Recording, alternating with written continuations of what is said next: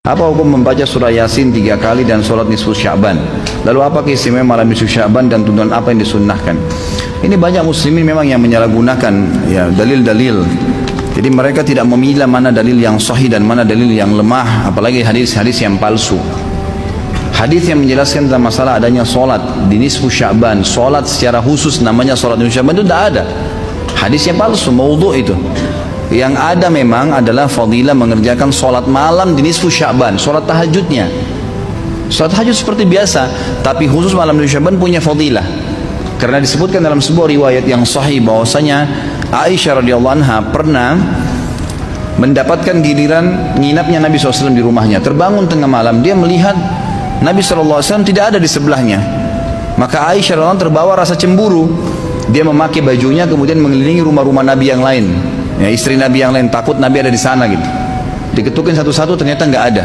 Lalu Aisyah tergopoh-gopoh pergi ke masjid mendapatkan Nabi SAW sedang sholat. Begitu Nabi SAW lihat Aisyah lagi ngos-ngosan jalan gitu kan, kena buru-buru. Wah, kata Nabi SAW, wahai Aisyah, kau cemburu lagi? Ini adalah malam nisfu Sya'ban.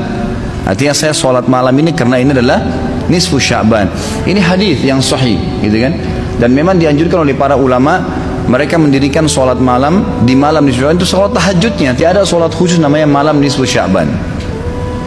Di siang harinya dianjurkan seseorang berpuasa, karena Nabi SAW memang memperbanyak puasa. Terlebih lagi nisfu Sya'ban itu ya kenanya malamnya itu berarti puasa tanggal 14. Kalaupun nisfu Sya'bannya malam hari ke-15. Dan kita tahu ada puasa Iyamul Bid, ada 13, 14 dan 15. Itu kita dianjurkan puasa 3 hari kan gitu.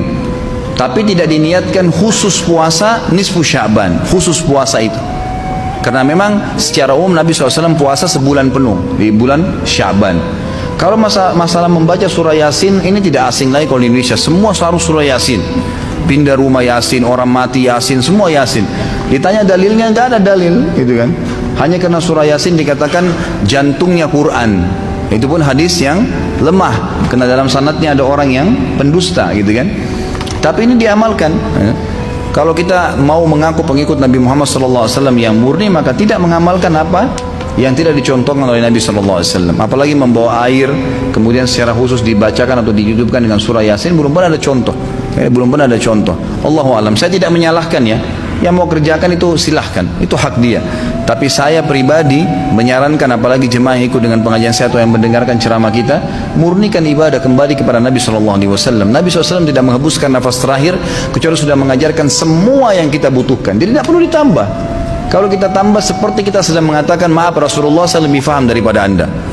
Nabi nggak pernah baca Yasin 3 kali di malam nisfu Sya'ban, nggak apa-apa kan, bagus. Loh, Nabi mau nggak pernah lakukan. Nabi yang nerima dari langit wahyu nggak pernah lakukan, nggak apa-apa. Berarti sama saja anda bilang, maaf Rasulullah saya lebih ngerti. Yang itu, ini keliru, nggak boleh. Jangan tambah-tambah agama, biarkan dalam keadaan murni. Sedangkan murni saya sudah banyak sekali yang kita bengkalekan, apalagi kalau ditambah-tambah gitu.